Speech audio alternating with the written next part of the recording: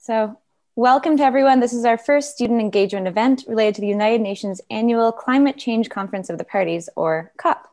My name is Amina Hussein, and I'm a professor in electrical and computer engineering at the U of A. I'm very excited to welcome you all to our COP hack. Very importantly, to begin this event, we respectfully acknowledge that the University of Alberta is located on Treaty 6 territory, a traditional gathering place for diverse Indigenous peoples, including the Cree, Métis, Nakota, Sioux, and many others whose histories, languages, and cultures continue to influence our vibrant community. Okay, so to kick off our event and capture the spirit of these initiatives, it's my great pleasure to introduce Malaika Collette. Malaika Collette is an 18-year-old climate activist from Ontario, Canada. She has organized and lobbied governments and other levels of power at the municipal, national, and international level. Most prominently, she played a key role in organizing Mock COP26, an international youth-run virtual conference to fill the void of COP26 being postponed. The conference brought together 330 youth delegates from over 100 countries. She is currently working as a campaign coordinator for Mock COP26, where she was helping move forward the implementation of the treaty the youth delegates created throughout the conference. Today, Malaika will share her experience with political outreach and how other youth can connect with their elected officials at various levels to urge them to tackle climate change. She will also discuss her involvement in organizing Mock COP26, her role as a national campaign coordinator, and her key takeaways for mobilizing students to advocate on issues of climate change. So thank you for being here, Malaika, and I'll turn the screen over to you. Thank you so much. It's great to be here with all of you. So hello, everyone. So today I'm going to talk about Mock COP26 and my involvement in political engagement. So a brief introduction of myself. My name is Malaika Collette. I use she, her pronouns. I'm 18 years old, and I gratefully reside on the traditional territory of the Mississauga and Anishinaabe people, just outside of Peterborough, Ontario. So what is Mock COP26? You may have heard of it, may have seen an article or two, but what really is it? And what was my role in it? So as we all know, COP26 was supposed to happen this past November, but it was canceled or postponed until this coming year.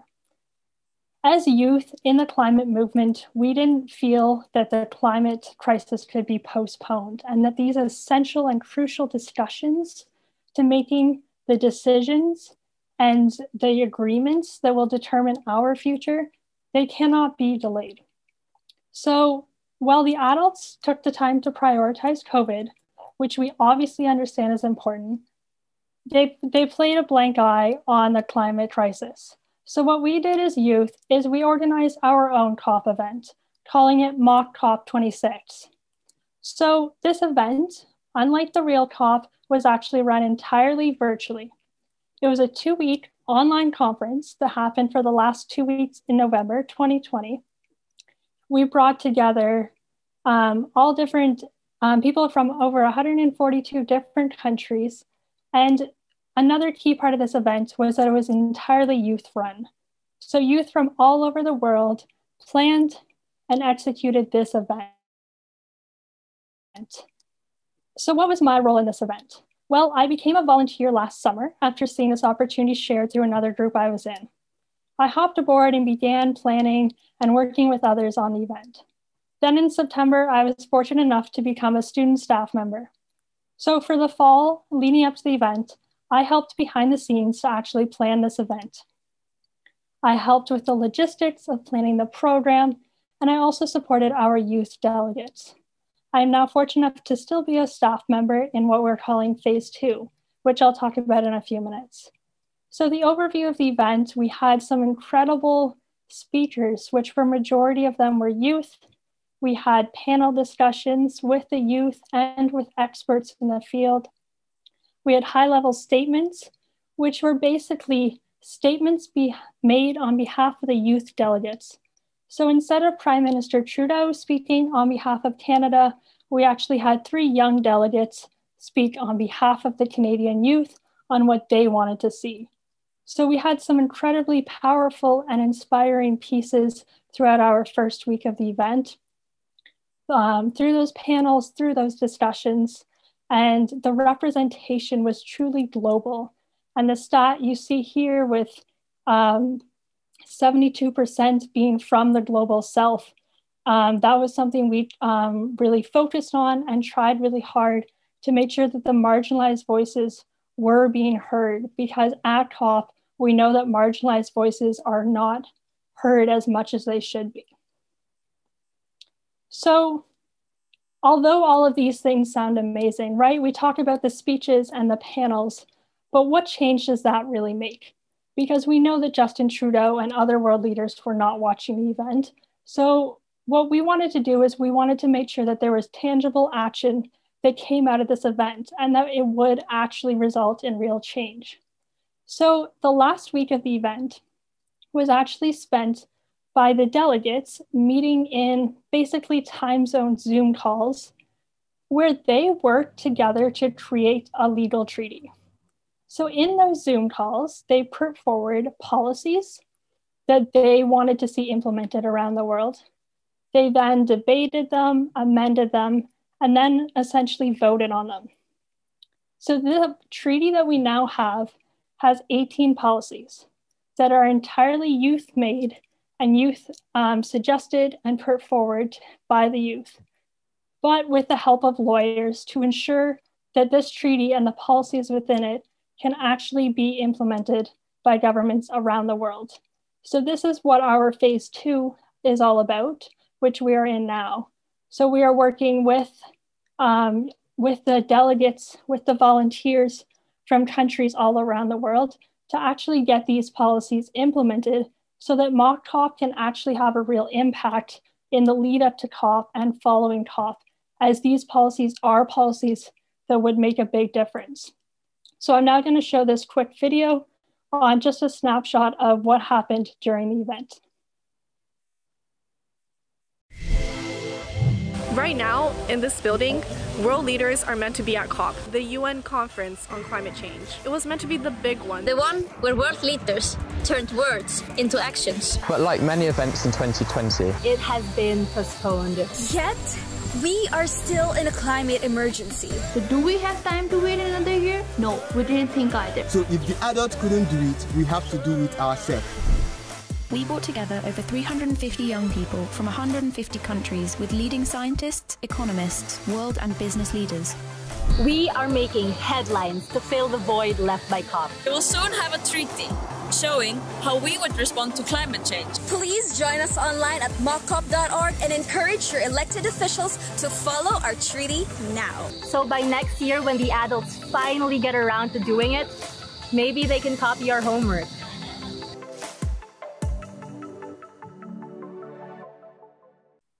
So there's just a bit of a snapshot of some of the things that happened and kind of an overview of the event. So although I won't go into detail on all 18 policies, you can look at the treaty on our website if you're interested in it.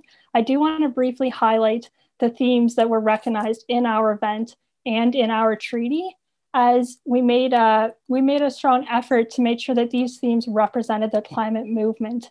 And although some of them connect closely to some of the COP themes, some of them are distinctly different so that we can recognize those that are not recognized at COP. So first we have climate justice, recognizing the marginalized voices in this movement and that are already being affected. Climate education, climate resilient livelihoods, physical and mental health, nationally determined contributions, which are the climate targets that the countries set for their carbon emissions reduction.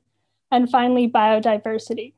So here in Canada, we've decided to focus on the ecocide law, which is one of the policies under climate justice. So to introduce a law for the destruction of environments in which humans depend on.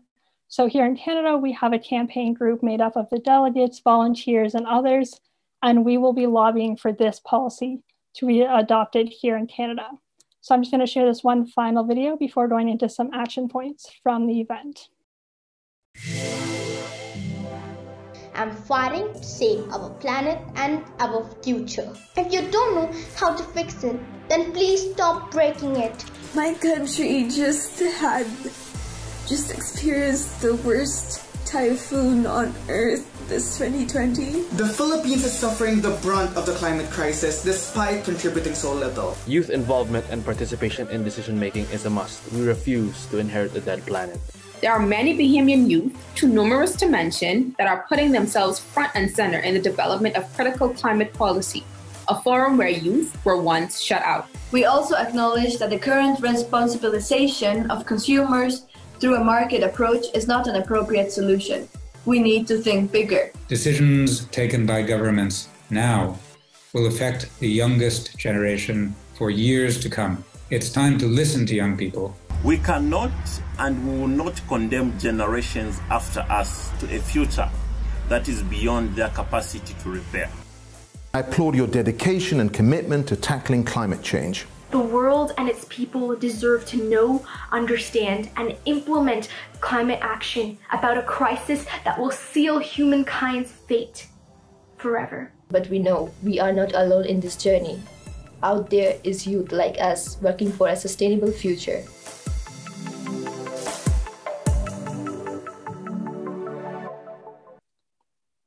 So there's some snapshots of some of the high-level statements, some of the different speeches that went on throughout our event. So you may be wondering how you can get involved with Mock COP. So if this is something that interests you, I would highly encourage you to go follow us on social media at Mock COP26. We've also just recently launched our campaign recruitment. So if you're interested in joining our Canadian team to lobby ahead of COP26 for the implementation of the ecocide law and possibly others and other outreach and stuff like that, then definitely check that out. It's promoted on our social media and maybe shared here as well. Some other spots you can check out is mockcop.org, our website, where you can actually go and read the treaty. So you can see all 18 policies that are in it and everything that was included in it that we are now lobbying for. And finally, we'll be hosting a series of events leading up to COP26 and following COP, discussing each theme will be centered around each event will be centered around a different theme that we have, or also talking about our campaign in general. So we have a few of those coming up if you're interested. But yeah, so Mock COP was something that I'm very grateful to be a part of. And although it may not seem like tangible action has come from it right now, we have had some really amazing progress with some of our countries and our delegates already, where they're making headway with the implementation of policies. So we are hopeful that we will see some real change and see countries implement some of our policies in the lead up to COP26. So now I'd just like to briefly talk about political engagement in general. So through my work with Mock COP, but also through some local organizing that I've done, I've got to engage in political engagement in various different ways. So for example, I know that the Alberta municipal elections are coming up this October. Although I haven't been directly involved in municipal elections, what I did do was I presented to both my city council and my county council, where I live, talking about the need to declare a climate emergency and take the needed action to follow with that declaration. So in this September, it'll be 2 years since a group of us presented to our city council, and following our delegations, they did declare a climate emergency. And what we were told after that night was that the youth presence during that meeting played a role in their decision. So to all of the young people here who are afraid of politics or don't think that their voice will be valued because they don't have an education, because they aren't in a professional position right now, I want you to know that your voice does matter. I know it can seem scary, and it was scary that first time to go into council, but now I know that I would do it again. Same thing when I went to the county council. That one was this past year, so it was done on Zoom. But the same thing, they hear your concerns. I've also written to the Prime Minister, written to the Minister of Climate Change, and I've actually received a reply from Minister Wilkinson on Mock COP and my involvement. So what I want you to know is that politicians do hear you. Politicians need to hear from you. They will not take the needed action without hearing from the public. So use your voice and pressure them, especially in this lead up to COP, and especially in your municipal elections this year in Alberta, and also in the federal election that could be called at any point. They want to hear from you, and they will not act on things until they know that the public wants them to. They do what they do for their constituents and for their citizens. So if enough of you are putting pressure on politicians, then they know that they have to change. And they have to make a change to what they're doing and have their voices heard in their level of government. So some of my takeaways from my last few years of organizing. First off, as Greta has said, you are never too small to make the difference. I know it can seem scary. I've been nervous, I've been scared before going to presentations, going to city council, or anything else. But I want you to know that you do make a difference and your voice does matter. And then here, this picture in the middle, Montreal, one of the largest climate strikes when Greta was there 2 years ago, this coming September. This picture reminds me that there are millions and millions of youth all around the world and people of all ages that are fighting for this cause. So remember that you're not alone in this fight. Although it can seem scary, we talk about these big negotiations of COP that are far away and that only the leaders go to. But really, there's so many young people out there. And although we can't be in the streets, unfortunately, right now, I can assure you that they are all still there. And everyone is still there with the same passion. And finally, in the lead up to COP26, it's a crucial event, as we all know, especially being the 5-year mark since the Paris Agreement. But what's also super important is what happens before and after COP. It matters the pressure that we put on our politicians today and every day leading up to November 1st. And following COP, whatever new targets or new ambition is made, we have to make sure that they follow through on that action. So remember, politicians need to hear from you, and your voice matters in this fight. Thank you. Thank you very much, Malaika, for sharing your inspiring work with us and for that call to action. That was wonderful. We're very happy to have you here today.